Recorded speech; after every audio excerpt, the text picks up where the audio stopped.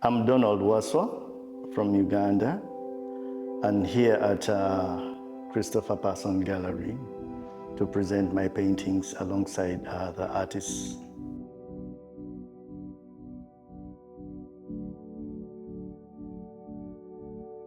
You mentioned being confident and essentially knowing who you are in terms Yes. of creation. Personally, the first time I saw your work was the sculptures Yes. and then the paintings. That's 154. Okay. Yes. So that was the first time I saw them. And then I digged a little bit more about the story. But in your own words, like, did you start with sculptures or drawing? Like, how did the story begin for you? I went to the university. The electives I took was painting, sculpture, and mixed media crafts. But then from my little research, I've come to realize that it's always easier to start as a painter. For example, painting is easy to make in your tiny room. Yeah. The materials are easily accessible. Yeah. You can work any time of the day or night. True. So yeah, I started as a painter. And then, of course, I always want to challenge myself for something bigger and bigger. And remember those days, still up to now, there's just a few sculptors around in Uganda.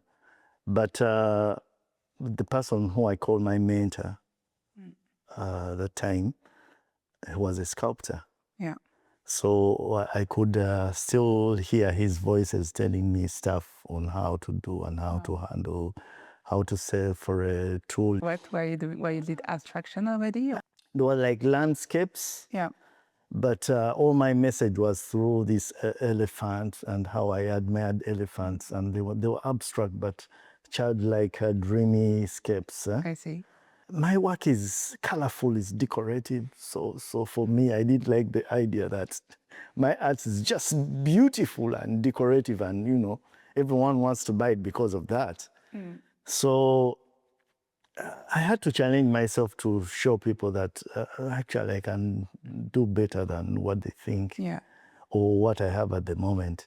So I slowly branched into sculpture, but I started with like furniture and trying to address this issue of what you would call art in Africa way back, how it was more like functional than just decorative or like just aesthetics. So I started with that, and then slowly I realized I think I just better right away go with sculptures. And grow into that area. Yes.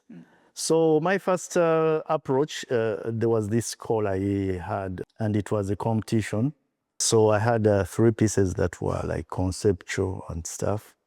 So one of them got me an award. So from that time, I didn't turn back. For me, the sculptures, they carry that essence of object, but art at the same time. And they look like, for me, little creatures, but what do you want to express through them? I call them creatures, or the first idea was I call them animals, something in between human and then animal. I had this thing from the start when I was making them that I'm looking at what's happening today, the effects of science and technology in, let's say, in Uganda or like Africa, and trying to imagine that whatever we're doing as human beings on the continent is going to result into, should I call it a fight back, or like nature will always heal itself. At times I find it funny when people say we're protecting nature, because I think we are also part of nature. With nature, it's ourselves.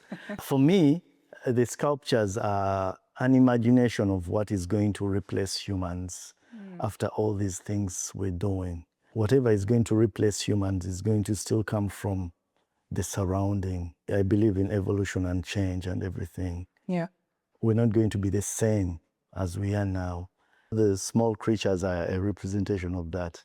There is a lot of opinions say on the pace at which we are progressing, like right now, like the past 20 years, when we really look back at it. Now there's like AI, and there's like let's say the age of the superhuman, because we are helped with so much technology. And for you, do you see this as a sign of like a fall for humanity, or like it's an evolution in the positive sign? It's evolution in progress, really. I think we as human beings try to play smart, but at the end of the day, the things will just maybe go back to like a reset, like everyone.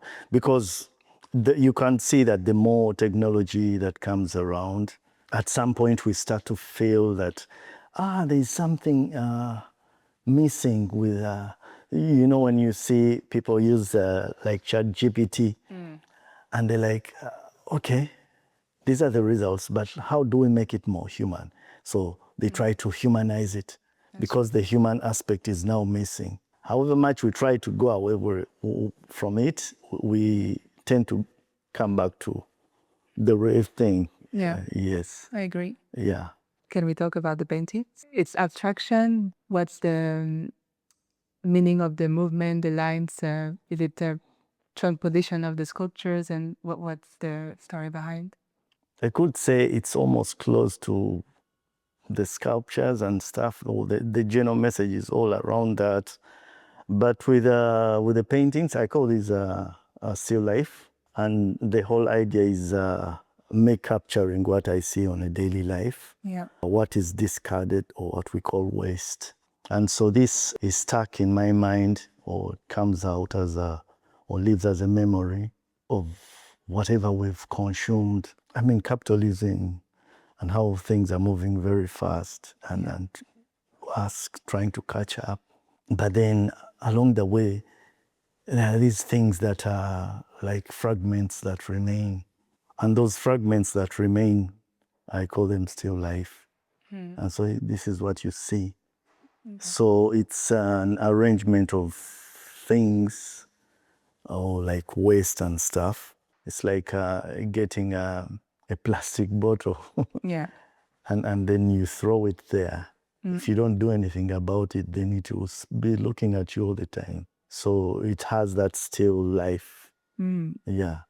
It's funny because the still life, I mean, originally, traditionally, it's like actual nature, and now still life is actually the waste. Yes. But you still make something of it. I want to show what I think or what I see to other people, and then create this kind of discussion around it. When I went to Burkina Faso reminded me of Uganda in the 90s. I was trying to figure out what I could come up as a project.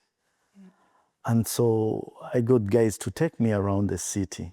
And so one day we passed like junkyard, or like where they put waste. I like the culture of the people there and how they sort everything. The colors and everything that I was looking at informed this kind of work. Is it for you difficult to let them go? I had to learn that, to let go. I remember there's a painting that I sold when I was younger, and it hurt me so bad. Not because I was broke, but because of how the person who was buying it behaved that day when I dropped the paint, when I took it to him. So at the moment, I believe when a painting or sculpture or any form of like art leaves the studio, it takes on another life. But I also open it for other people to contribute, because I think it makes it more interesting when other people are kind of shaping the narrative.